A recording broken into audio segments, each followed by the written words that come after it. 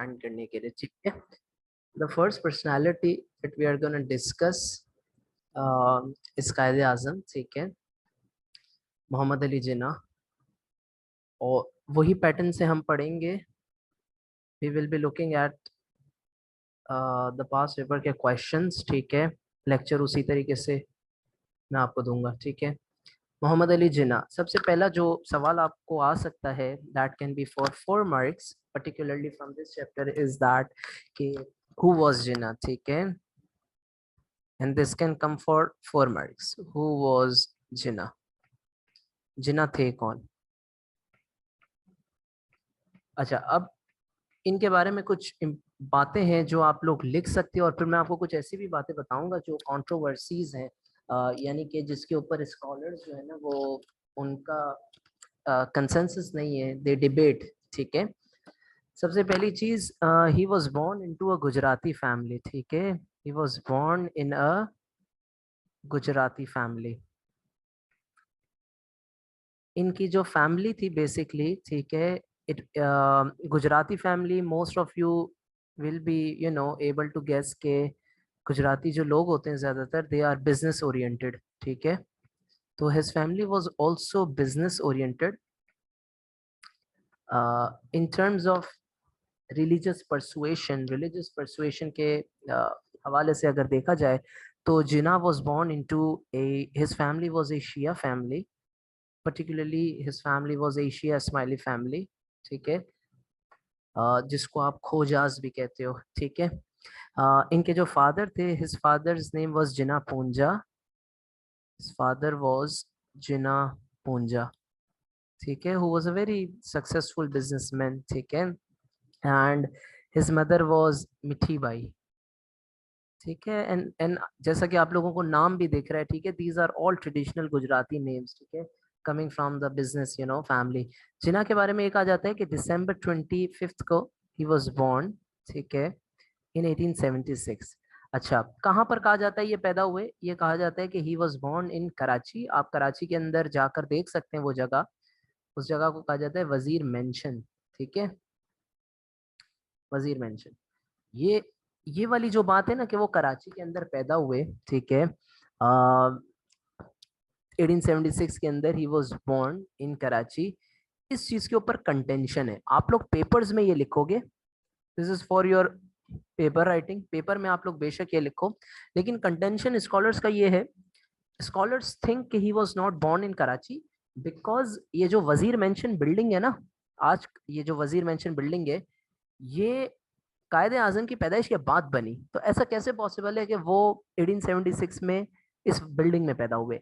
यानी कि the formation of this building Wazir mansion in Karachi, Kharadar के इलाके में है ये, is does not predate the birth of Jinnah, सही है। तो वजीर मेंशन बिल्डिंग बाद में बनी। So scholar suggest, some scholar suggest that he was born in Jhirk, सही है, which is again a town in Sindh, rural Sindh, ठीक है। ही इज नोन एज कायदे आजम, ठीक है, कायदे आजम इनका जो है ना वो टाइटल है, ठीक है, the father of the nation, ठीक है। And of course we know that he died 1 year after independence, ठीक है, he died on September 11, 1948।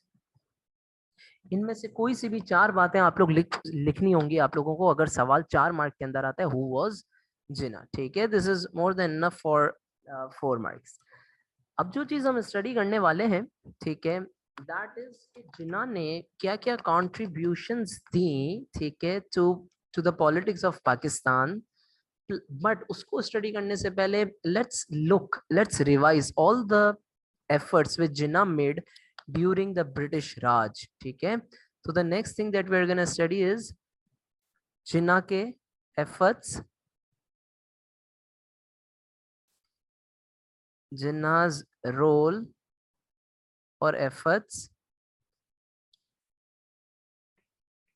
during British Raj, ठीक है। यानी कि जब तक अंग्रेज मौजूद थे, जिन्ना ने उस वक्त क्या क्या हमें सर्विसेज दी, ठीक है। अब इसको हम टाइमलाइन के तौर पर स्टडी करने की कोशिश करेंगे कि जिन्ना साहब ने हमें उस वक्त क्या क्या जो है ना वो सर्विसेज दी थी। We will try to study as a we will try to study his services as a timeline. ठीक है, तो सबसे पहली चीज, फर्स्ट थिंग फर्स्ट, अगर आप लोगों को याद हो कि initially Jinnah was not a member of Muslim league. ठीक है, तो लीग का मेंबर बनने से पहले भी जिन्ना पॉलिटिक्स में एक्टिव थे, लॉ के बड़े माहिर थे जिन्ना। ठीक है, he was a very very smart lawyer as well. ठीक है, तालीम हासिल की थी उन्होंने, अंग्रेजी तालीम से बहुत ज्यादा रोशनास थे। तो before coming to Muslim League he had actually started his political career. ठीक है, वो क्या क्या था, अब यहाँ पर हम इसकी एक टाइमलाइन क्रिएट करने की कोशिश करेंगे। सबसे पहले 1906 के अंदर कायदे आजम जो है वो इंपीरियल लेजिस्लेटिव काउंसिल का पार्ट बने। ठीक है, इंपीरियल लेजिस्लेटिव काउंसिल के मेंबर बने। He became a member of imperial legislative council. ठीक है, अच्छा, अब अगर मैं आप लोगों को थोड़ा सा सेक्शन 2 याद कराऊं, अगर आप लोगों को सेक्शन 2 के अंदर चैप्टर नंबर 6 याद हो, मोल्डे मिंटो रिफॉर्म्स याद है, उसके अंदर हमने काउंसिल्स की बात की थी, बहुत सारे council, central executive, provincial councils, ठीक है, इंपीरियल लेजिस्लेटिव काउंसिल्स। ठीक है, तो जिन्ना जो है वो सियासत में शुरू से दिलचस्पी रखते थे और उन्होंने he actually became a member of imperial legislative council in 1906। 1906 में और क्या हुआ था, 1906 के अंदर मुस्लिम लीग की फॉर्मेशन है and we also have similar deputation. ठीक है, 1906 के अंदर कायदे आजम ने, जिन्ना ने, ही एक्चुअली ज्वाइन कांग्रेस। ठीक है, ही ज्वाइंट कांग्रेस, सही है। अच्छा, अब 1906 में उन्होंने मुस्लिम लीग ज्वाइन नहीं की थी क्योंकि मुस्लिम लीग नई नई बनी है। ठीक है, तो he will join Muslim League in 1913। ठीक है, ही ज्वाइंड लीग। अच्छा, अब यहाँ पर सवाल ये होता है कि सर ये 1906 में उन्होंने कांग्रेस ज्वाइन की, 1913 में उन्होंने लीग ज्वाइन की, तो जब 1913 के अंदर उन्होंने मुस्लिम लीग ज्वाइन की तो क्या उन्होंने कांग्रेस को छोड़ दिया? Did he leave Congress? अगर आप लोगों ने सेक्शन 2 अच्छे से सुना होगा तो आप लोगों को याद है, मैंने बताया था 1960 के अंदर Jinnah was the person who actually signed a pact with अम्बेडचरण Mahajan which was known as the Lucknow pact of 1916। तो बेटा ये जिन्ना ही थे जिन्होंने लखनऊ पैक्ट साइन करवाया था, हिंदूज और मुसलमानों को आपस में करीब लाने की कोशिश की थी, because he was still the member of both the parties. ठीक है, फिर 1919 के अंदर, 1919 में याद है क्या हुआ था, 1919 में वर्ल्ड वॉर 1 खत्म हुई थी, राउलेट एक्ट आया था और मॉनफोर्ड रिफॉर्म्स भी आए थे। ठीक है, 1919 के अंदर Jinnah actually protested, he protested seriously against what, against Rowlatt act, against Rowlatt act. ठीक है, जिन्ना ने राउलेट एक्ट के खिलाफ सीरियस जो है ना वो प्रोटेस्ट किया। अब सवाल ये पैदा होता है कि सर ये प्रोटेस्ट जब इसने किया, आपने यहाँ पर लिखा है सीरियस प्रोटेस्ट, तो सीरियस प्रोटेस्ट में इसने ऐसा क्या किया? तो सीरियस प्रोटेस्ट ने जिन्ना साहब ने पता है क्या काम किया, इंपीरियल लेजिस्लेटिव काउंसिल से रिजाइन कर दिया। बोला मुझे अंग्रेजों के ऐसे गवर्नमेंट में रहने का कोई शौक नहीं है। ठीक है, इसी तरह 1920 के अंदर इन्होंने एक और इस्तीफा दिया, पता है कहां से? ही रिजाइन फ्रॉम कांग्रेस। उन्होंने बोला कि भाई ये पार्टी जो है ये कभी भी हमसे गद्दारी कर सकती है, इनकी जो डिमांड्स हैं वो एंटी मुस्लिम है, इस वजह से मैं इस पार्टी को भी छोड़ रहा हूँ। So in 1920 he resign from Congress. 1927 के अंदर जो इनकी कंट्रीब्यूशन है which is very famous, the Delhi proposals. Jinnah ने बोला हिंदूज को कि आप लोग चाहते हो कि ठीक है जी, हम मुसलमानों के पास सेपरेट इलेक्टोरेट्स नहीं हो, तो ठीक है हमारी 4 जो है ना वो डिमांड्स फुलफिल कर दो। अगर हमारी 4 डिमांड्स फुलफिल कर दोगे तो हम जो है ना वो आपको आ, अपनी सेपरेट इलेक्टोरेट की मांग को पूरा गिव अप कर देंगे। ठीक है, तो इन 1927 actually Jinnah was the person who came up with the Delhi proposals. ठीक है, जिसके अंदर उन्होंने ये बातें कही थी कि हमें सेंट्रल लेजिस्लेचर के अंदर 1/3 सीट्स दो, सिंध को प्रोविंशियल स्टेटस दो, सारे ब्रिटिश के रिफॉर्म्स एनडब्ल्यूएफपी और बलूचिस्तान तक भी एक्सटेंड होंगे, और मुसलमानों को according to their majority population Punjab और बंगाल के अंदर सीट्स दो। ये 1927 के दिल्ली प्रपोजल्स जिन्ना साहब ने दिए थे, ठीक है। उसके बाद 1927 के अंदर अगर आप लोगों को याद हो साइमन कमीशन आया था। So he also helped Muslims to reject Simon commission, ठीक है। जिन्ना ने मुसलमानों को कहा कि साइमन कमीशन से हाथ मिलाने की कोई जरूरत नहीं है, ठीक है। So he help Muslims reject the Simon commission, ठीक हो गई बात। ये सब वही काम है जो हमने सेक्शन 2 के अंदर स्टडी किए हुए हैं, ठीक है। उनकी एक टाइमलाइन सी क्रिएट हो रही है और आपको रिवीजन भी मिल रहा है, ठीक है। 1928 के अंदर अगर आपको याद हो नेहरू साहब ने नेहरू रिपोर्ट दी थी, ठीक है। उस नेहरू रिपोर्ट को बचाने के लिए जिन्ना ने 3 अमेंडमेंट्स दिए थे। ये भी इनकी एक कंट्रीब्यूशन थी for the Pakistan movement during the time of British Raj, ठीक है। आगे चलें 1929 के अंदर इन्होंने अपने क्या दिए 14 पॉइंट्स दिए जो कि बेसिस बने of the Muslim demands in future, ठीक है। उसके बाद आगे आ जाएं 1930 का जो पीरियड है 1930 से 31 तक ही अटेंडेड आरटीसीज, ठीक है। उन्होंने आरटीसीज अटेंड की। थर्ड आरटीसी उन्होंने अटेंड की थी, जिन्ना ने नहीं की थी। थर्ड आरटीसी जिन्ना ने अटेंड नहीं की थी, ठीक है। क्यों? Because he was not properly invited. Number 2 he was sick of Indian politics. Number 3 his wife had died, ठीक है। सो he did not attend the third RTC. उसके बाद आगे चले 1934 के अंदर जिन्ना पूरे तरीके से इंडियन सियासत से जो है ना वो तंग हो चुके थे, ठीक है। जाहिर सी बात है कि जब आपने देखा कि आरटीसी में इतनी ज्यादा बहस मुबाहिसा हुआ, so Jinnah was technically fed up and he went into exile, ठीक है। 19 थर्ड आरटीसी के बाद यहाँ पर ये बात लिखते हैं after third RTC he went into political exile. इन्होंने बोला मुझे इंडियन सियासत में अब कोई दिलचस्पी नहीं है। फिर 1934 के अंदर जाहिर सी बात है आपको याद होगा अल्लामा इकबाल ने जिन्ना को समझाया था कि ऐसे नहीं करो, मुसलमानों को तुम्हारी ज़रूरत है। And then after that he return to India and he re return to the politics. And 1934 के अंदर जिन्ना को वो एजाज़ मिला जो और किसी को हासिल नहीं था। He became the life time president of Muslim league, ठीक है। He became life time president of the league. Muslim league के लाइफ टाइम प्रेसिडेंट होने का एजाज मिल गया, ठीक है। किसको मिला? जिन्ना को मिला, ठीक है। उसके बाद उन्होंने 1937 39 ये पूरी इन्होंने अपनी जो टाइमलाइन है वो कंटिन्यू की टिल द टाइम ऑफ 1947। ये मैंने आपके सामने कुछ चीज़ें शेयर की। जहां जहां जिन्ना का किरदार आता जाएगा वो आप उसको इसमें प्लेस करते जाओगे, ठीक है। फॉर इंस्टेंस अगर आपको याद हो 1939 के अंदर डे ऑफ डिलीवरेंस की सेलिब्रेशन करवाई थी जिन्ना ने, ठीक है। उसके बाद 1940 के अंदर ही सपोर्टेड पाकिस्तान रिजोल्यूशन, ठीक है। उसके बाद आगे आ जाए 1942 के अंदर he rejected the Cripps mission. 1942 के अंदर उन्होंने क्विट इंडिया मूवमेंट को भी रिजेक्ट किया था।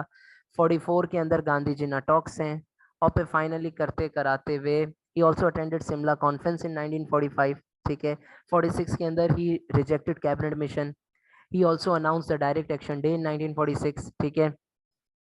1946 के अंदर जो इलेक्शंस हुए थे याद है 45-46 के इलेक्शंस, उसमें मुसलमान जिन्ना के अंडर लड़ रहे थे, वो भी इनकी contribution. And finally he helped us gain independence and became the first governor general of Pakistan, ठीक हो गई बात। तो ये जिन्ना की कंट्रीब्यूशंस थी ड्यूरिंग ब्रिटिश राज, ठीक है। ब्रिटिश राज के दरमियान, ब्रिटिश राज के दौरान जिन्ना साहब की ये कंट्रीब्यूशंस थी, ठीक है।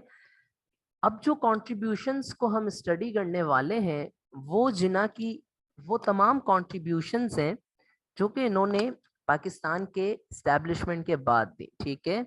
So contributions, we are studying contributions of जिन्ना।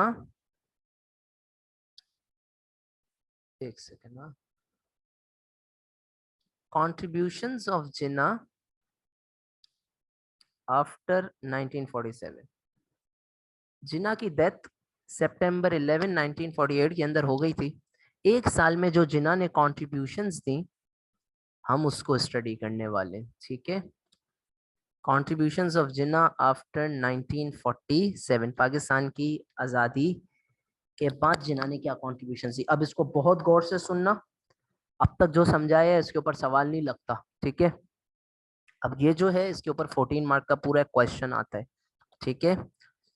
सो पहली एफर्ट, पहला जो कंट्रीब्यूशन है जिन्ना की, he worked, yeah, his effort to increase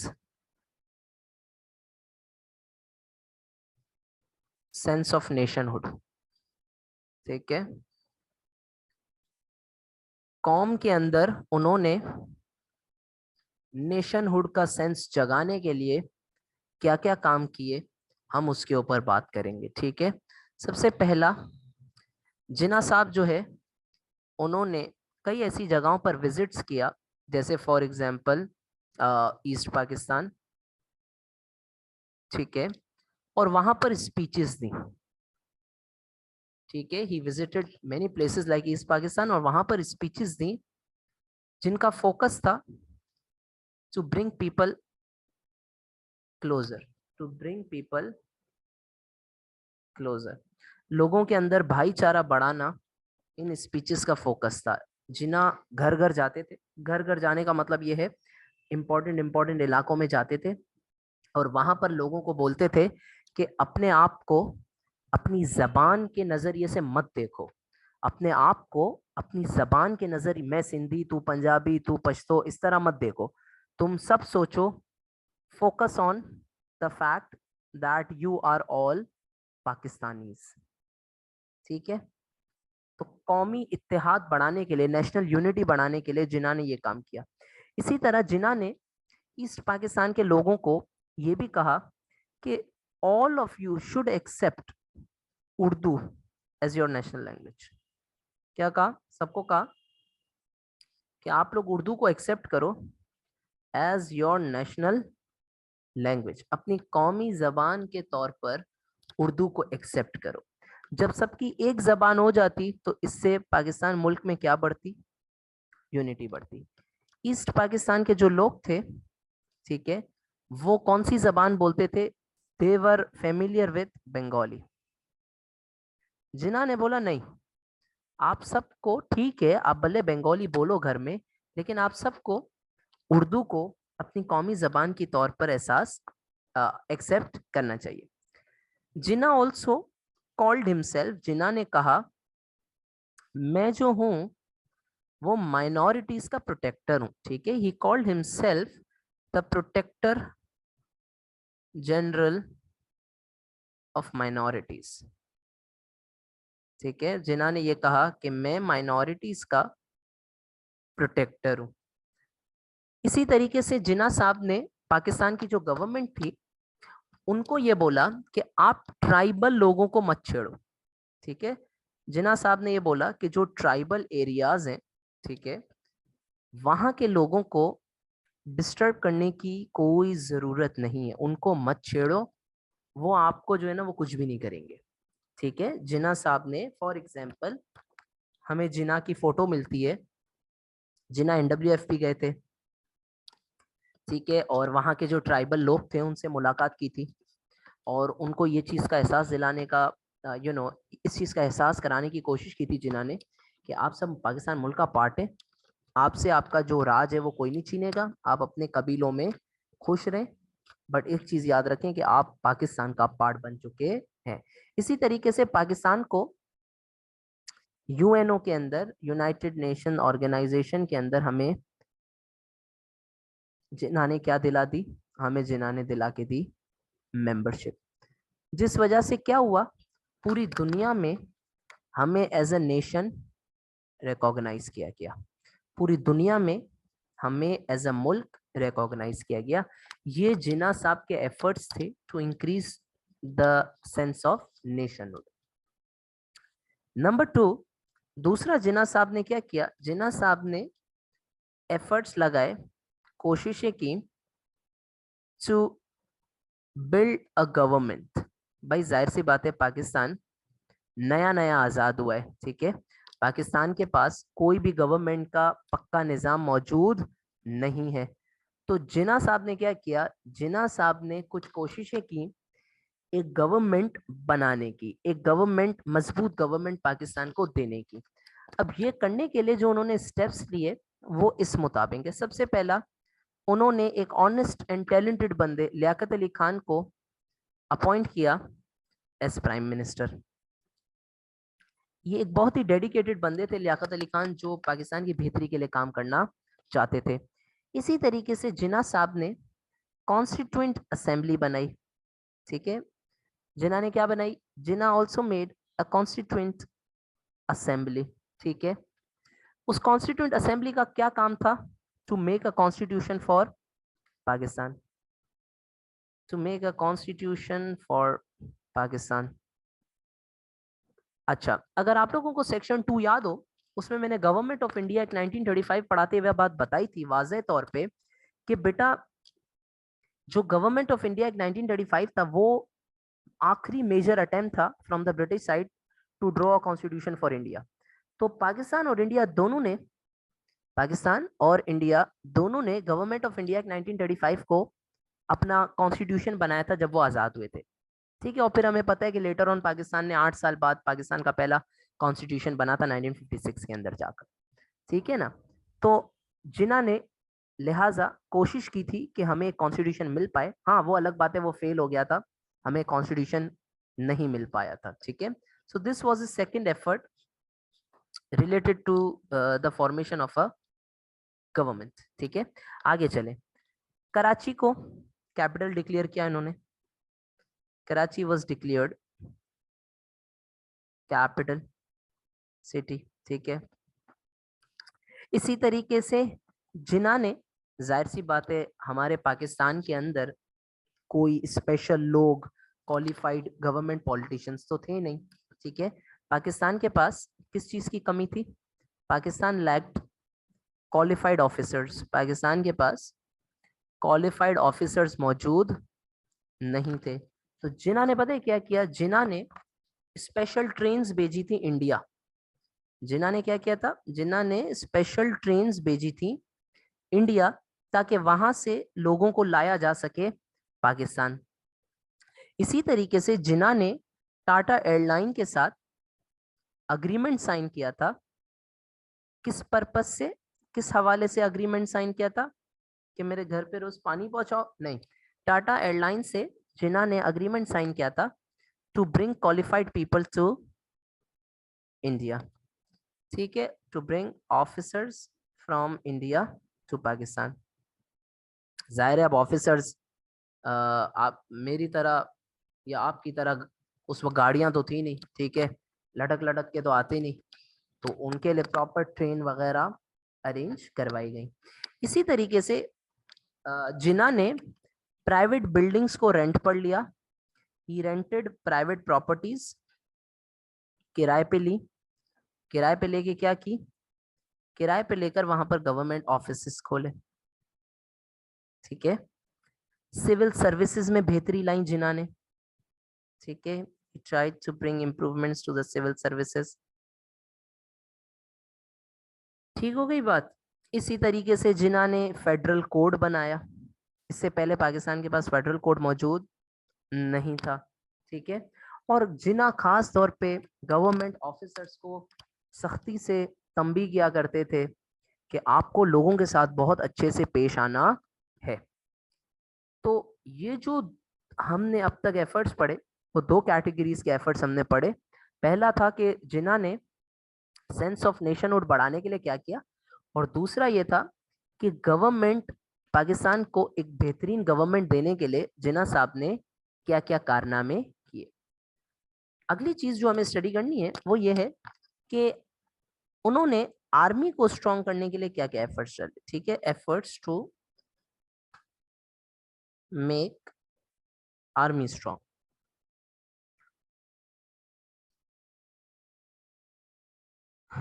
okay, अब आर्मी को स्ट्रॉन्ग करने के लिए क्या डाला है, इसके लिए थोड़ी सी ना आपको स्टोरी समझनी पड़ेगी। देखो, पाकिस्तान जब आजाद हुआ तो पाकिस्तान को जो आर्मी का हिस्सा मिला ना, उसके अंदर पाकिस्तान को टेक्निकली जितने ऑफिसर्स रिक्वायर्ड थे, अनफॉर्चुनेटली उतने मौजूद नहीं थे। सही है, पाकिस्तान के अंदर हाई रैंक आर्मी ऑफिसर्स की कमी थी, हाई रैंक आर्मी ऑफिसर्स की कमी थी, शॉर्टेज थी। ठीक है, तो जिन्ना साहब ने क्या किया, जिन्ना ने इस शॉर्टेज को दूर करने के लिए 500 ब्रिटिश ऑफिसर्स अपॉइंट किए।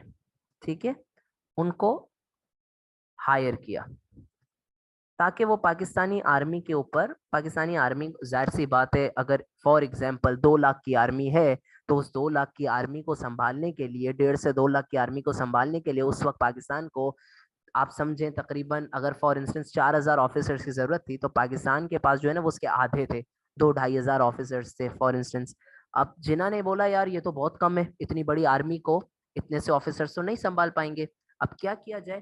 तो जिन्ना साहब ने क्या किया, जिन्ना साहब ने जो है वो 500 ब्रिटिश ऑफिसर्स अपॉइंट किए ताकि पाकिस्तानी आर्मी को डिसिप्लिन में और पाकिस्तानी आर्मी को अच्छे से चलाया जा सके। आगे चलते हैं थोड़ा सा। जिन्ना ने हमारे लिए इकोनॉमिक एफर्ट्स भी डाले। ठीक है, he made some economic efforts too. जाहिर सी बात है, आप मुल्क की हर चीज अच्छी कर लो लेकिन इकोनॉमी अच्छी नहीं करो तो आपका मुल्क चल नहीं सकता। ठीक है, इस चीज का बखूबी कायदे आजम को अंदाजा था। ठीक है, तो अब उन्होंने इकोनॉमिक एफर्ट्स क्या डाले पाकिस्तान की सूरत हाल बेहतर करने के लिए, हम उसको देखेंगे। पहला, भीख मांगना। क्या बोल रहा हूँ, भीख मांगना। ठीक है, ही सेंट डेलीगेशंस, दुनिया भर में जिन्ना ने डेलीगेशंस भेजी टू आस्क फॉर ग्रांट्स, सबसे भीख मांगने के लिए। ठीक है, कि हमें मदद कर दो। इसी तरह दूसरा, स्टेट बैंक की बुनियाद रखी जिन्ना ने। ठीक है, स्टेट बैंक ऑफ पाकिस्तान की बुनियाद रखी जुलाई 1 1948 में।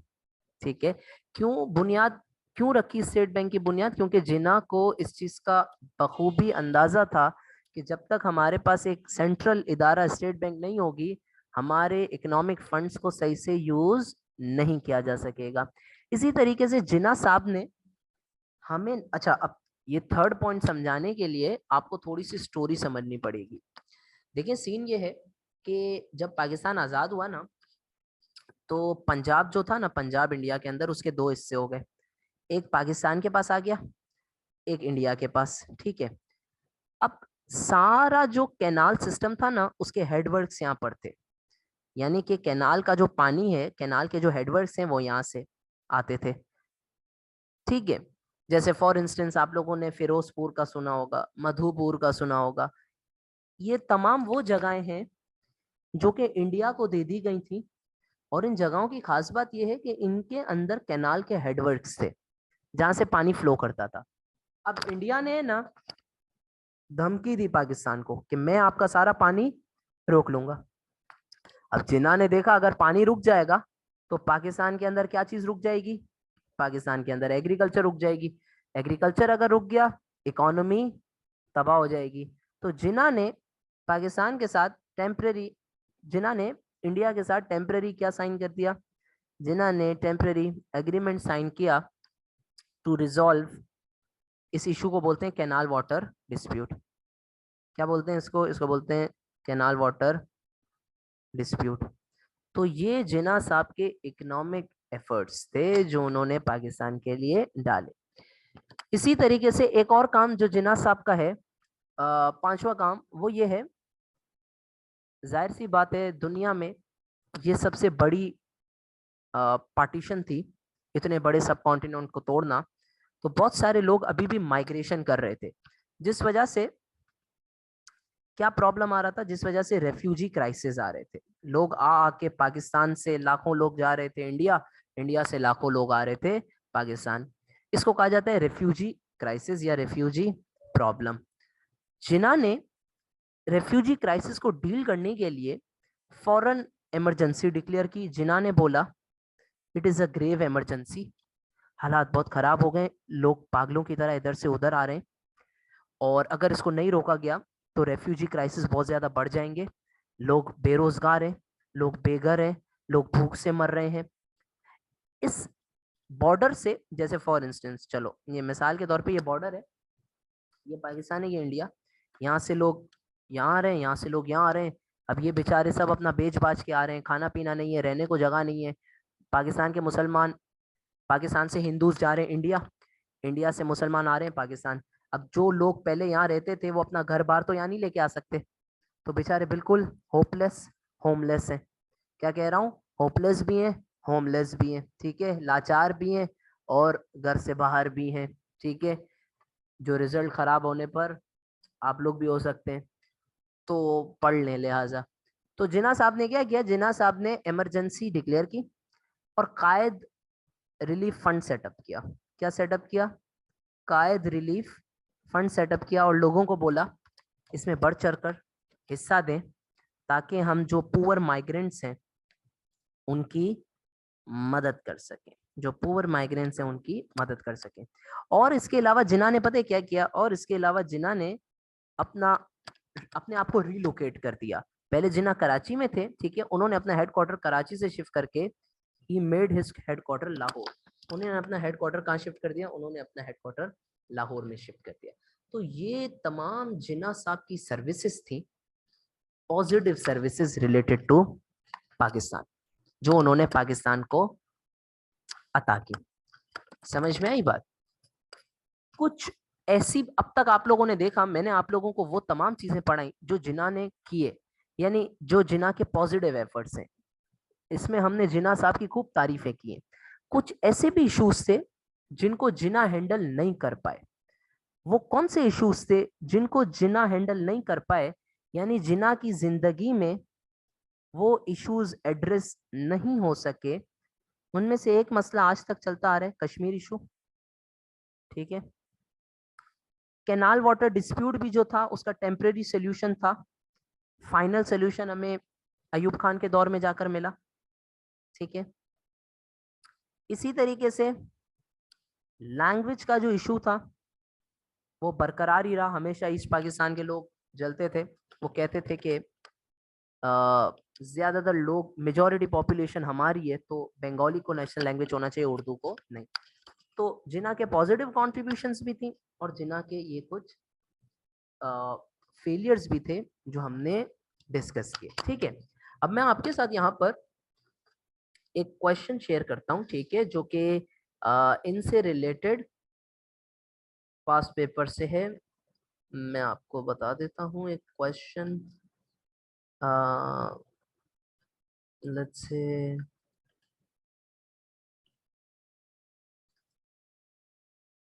ओके, लेट्स से हमारे पास ये क्वेश्चन है, ये देखो, सवाल कहता है reaching a temporary agreement, reaching a temporary agreement for canal water dispute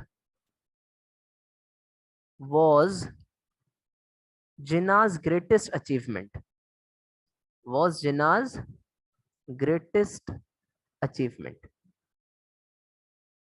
ठीक है, as governor general of Pakistan, ठीक है। Do you agree. अब ये कितने मार्क का है, ये सवाल है 14 मार्क्स का। कितने मार्क्स का, 14 मार्क्स का। कैसे आंसर करोगे, कितना सिंपल है। सबसे पहले तुम लोग सिंपलिस्टिक स्टेटमेंट दोगे कि Jinnah was the founding father of Pakistan, he had given services even during the time of British Raj, जो हमने देखा, ठीक है, पूरी सर्विसेज। सिर्फ सिंपलिस्टिक स्टेटमेंट लिखोगे कि he was the founding father of Pakistan and he contributed selflessly for the development of Pakistan। उसके बाद इस सवाल के अंदर आपको जिन्ना की सारी कॉन्ट्रीब्यूशंस लिखनी है, ठीक है। सवाल कहता है कि कैनाल वाटर डिस्प्यूट पर जो जिन्ना ने टेम्परेरी अग्रीमेंट किया, जिसके बारे में हमने यहाँ बात की, temporary agreement to resolve canal water dispute, ये सबसे इंपॉर्टेंट अचीवमेंट थी, ये सबसे बड़ी अचीवमेंट थी। तो आप अपना जो रीजन 1 लिखोगे पैराग्राफ 1 के अंदर, ठीक है, वो कैनाल वाटर डिस्प्यूट के बारे में बताओगे, और फिर आप पैराग्राफ्स बनाते जाओगे और जिना की ये सारी कॉन्ट्रीब्यूशंस लिख दोगे जो यहां से हमने पढ़ी, कॉन्ट्रीब्यूशंस ऑफ जिना आफ्टर 1947। समझ में आई बात? और फिर आप अपना एंड में कंक्लूजन दोगे कि सबसे इंपॉर्टेंट कंट्रीब्यूशन कौन सी थी, ये आपके ऊपर है। आपको लगता है जो सबसे इंपॉर्टेंट थी उसके बारे में आप सबसे ज्यादा बात करोगे, ठीक है। This is how you will answer this. इसके अंदर हमें फेलियर्स नहीं लिखनी है, इसके अंदर सिर्फ और सिर्फ अचीवमेंट्स लिखनी है, सारी अचीवमेंट्स। रीजॉइन कर लें।